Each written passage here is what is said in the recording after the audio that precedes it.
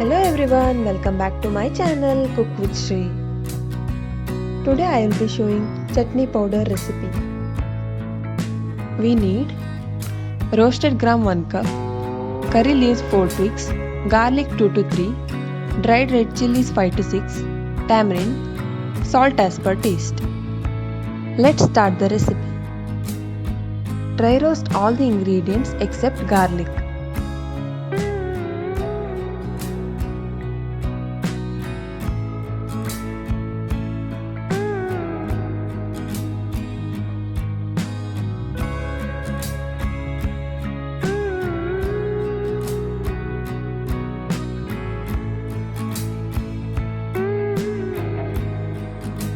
Add all the dry roasted ingredients, garlic cloves 2 to 3 to a mixer jar and grind into fine powder.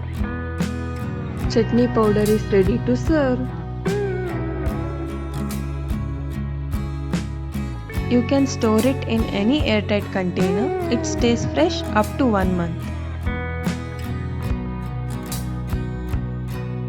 This chutney powder goes well with dosa, idli, chapati and rice.